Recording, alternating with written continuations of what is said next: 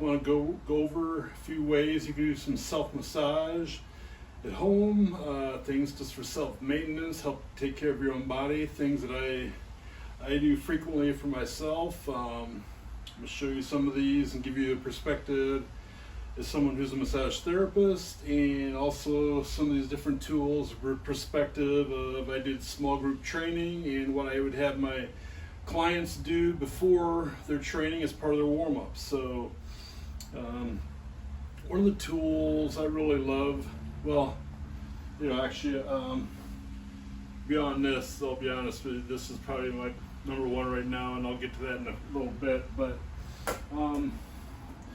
spiky ball. I've had this for years. You get them a lot of sporting goods store, get them on Amazon. This one's about the size of a softball, has spikes, it's firm, has a little bit of give but not much, and I think having just a little bit of give is good because you don't want it too soft at the same time. You want to be able to give a little bit, but I think the spikes, what they do, and some of them have different ridges or whatever, and that's fine too. But I think what the spikes do is kind of help grab some of the different layers of the fascia, the connective tissue that surrounds the muscles, and I'll get into it instead of talking, but so I love this for actually three different areas: bottom of the foot, glutes, back shoulder, and lats.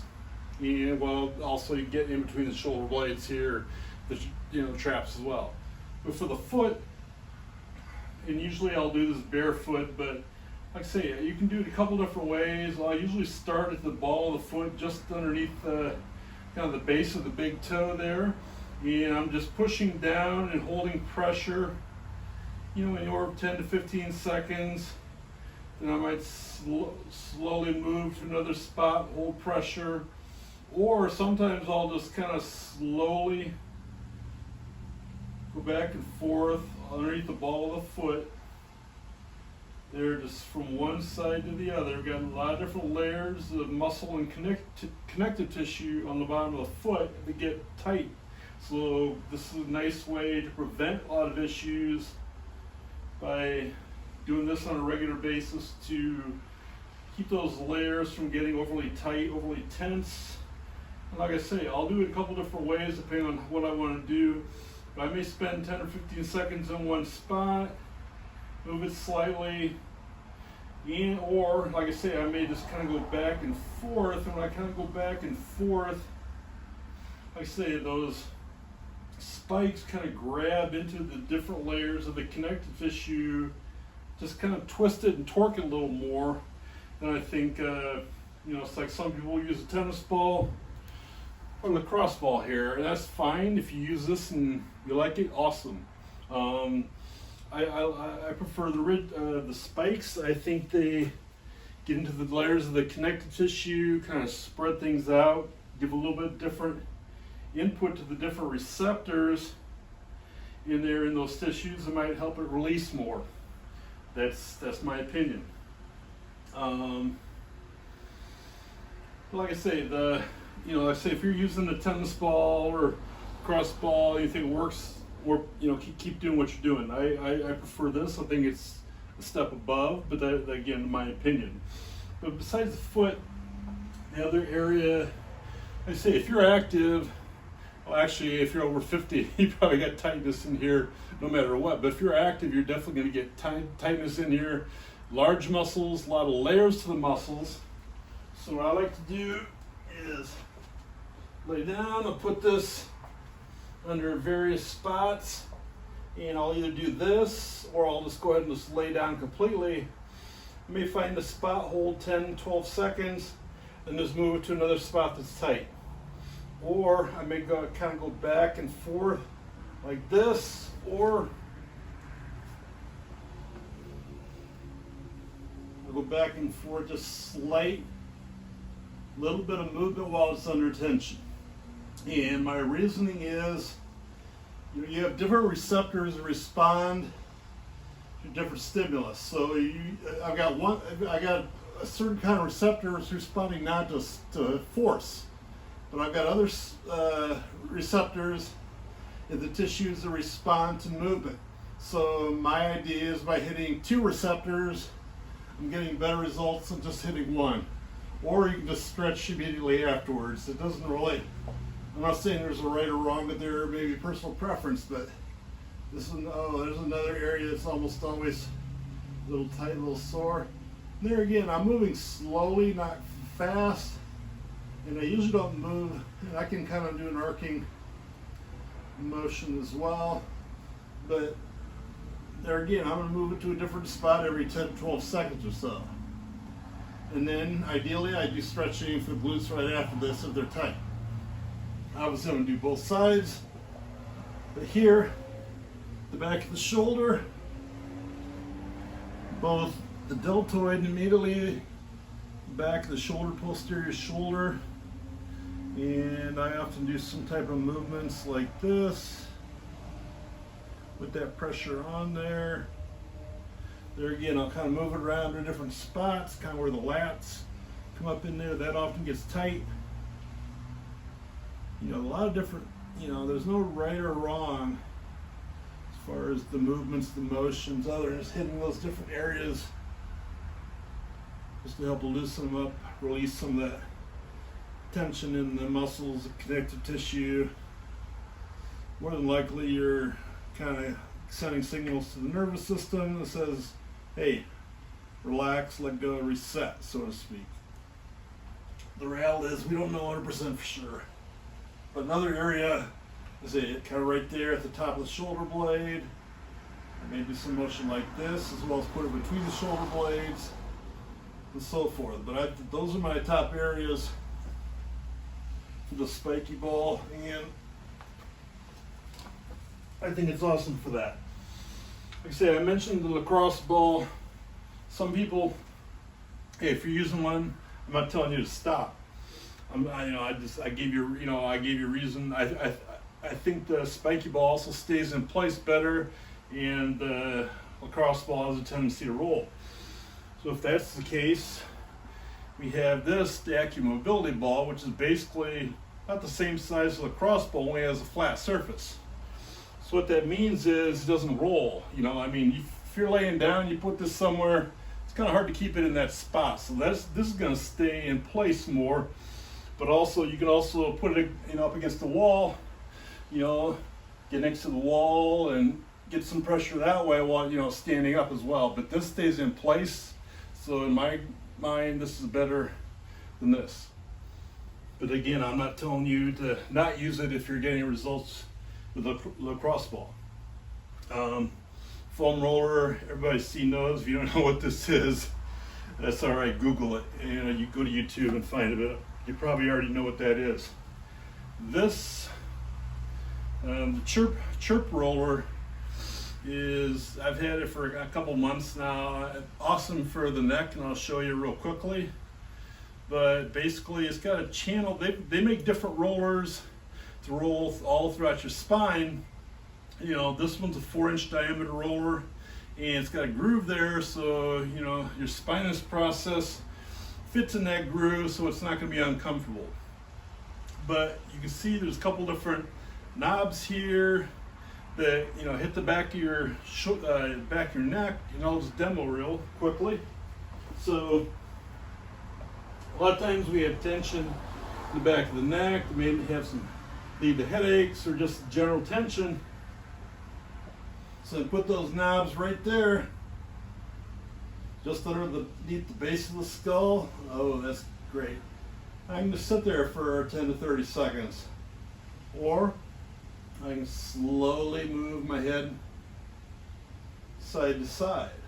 And that's awesome. I can do kind of an up-down nodding motion. Then I can move it to another spot on my neck, do the same thing, either sit there for 10 to 30 seconds, or add in motion as needed, go all throughout the spine. And 2 different sets, you have knobs there, you know, so one of them work better than the other. But I also enjoy this for my upper back, thoracic spine, and I'll get it right there. and just get some pressure and just kind of add some slow movement with my arms while under that pressure. Same thing, 10 or 12 seconds or so. Move it to a different area. And there again, obviously, if you've recently had a car accident or some type of issue with your neck or upper back, get checked out first by a doctor. This should be obvious, but I'm going to make that just in case. But I can also do some neck rotations here with it in the upper back. I can do some other motions. You're not really limited, other than the fact hit all those different areas. But Chirp makes a 6-inch diameter roller that's smooth, doesn't have any of these knobs, and that's awesome for going through kind of your mid and upper back, and you may get a few pops through that doing that as well. I don't have one here, but I have used one. They're awesome. Okay, so now got a few different things here. Okay, this one is called the stick base, and there's other various similar rollers, kind of rolling pin rollers, and basically roll through the muscles. And because this one has spindles, kind of conforms to the shape of the muscles, so I kind of like it for that.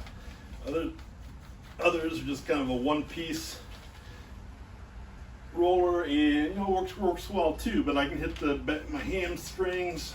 So this is one of the tools. Hit the calf, lower leg. This was one of the tools I had a lot of my training clients use just for a minute or two on each leg, as part of their warm-up process, just to loosen up that connective tissue, that fascia, get circulation to the muscles, which is basically what you're trying to do in any type of warm-up. Okay, now these have become popular, the massage guns. This one is a professional model Hyper Ice from Hypervolt.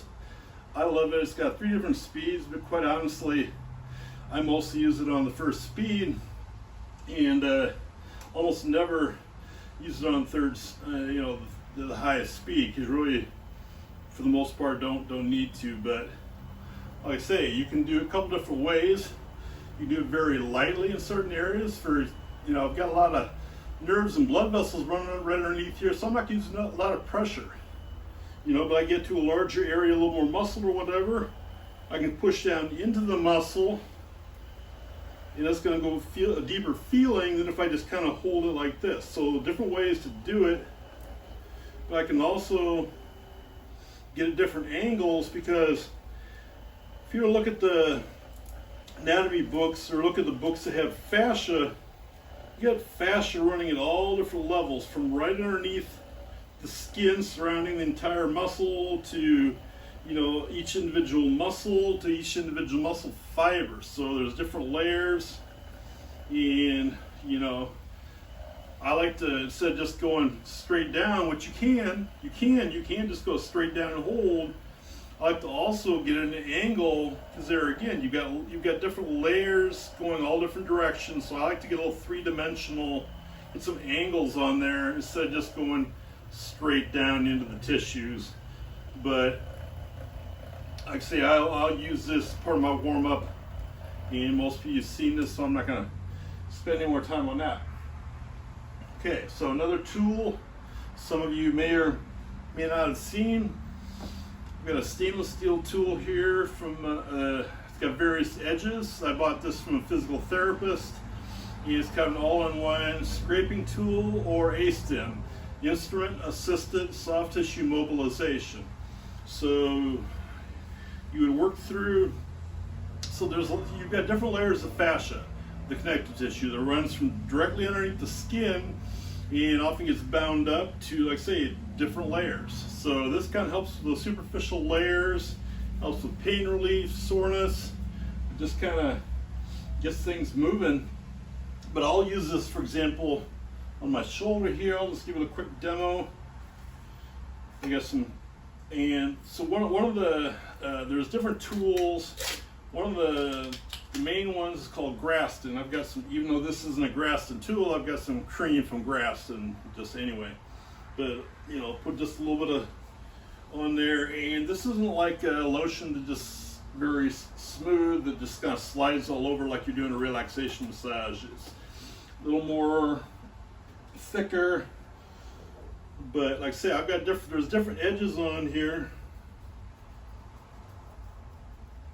and some of the areas I've got some tension or some past injuries, especially on this left arm. May go a little bit slower and deeper at times, or hit different angles to grab that fascia, that connective tissue a little bit differently. But this, and like I say, if I'm not advocating you to do this if you have no training with this, but you know, it's not that difficult if you know you're fairly athletic, have pretty decent body awareness, used to pushing your body. It's not that difficult to use one of these, and there are various ones you can get on Amazon and so forth. But you know, I'll use that quite a bit on my arms and shoulders. Obviously, I can use that on my legs when I can reach. Obviously, I can't reach the back part of my body, and you know, but just another way to, you know, keep me active, keep me going. You know, I'm 58, almost 59. I've been fairly active most of my life, and I've had a lot of injuries. And you know, whether you've had injuries that require surgery or not, you develop adhesions or scar tissue.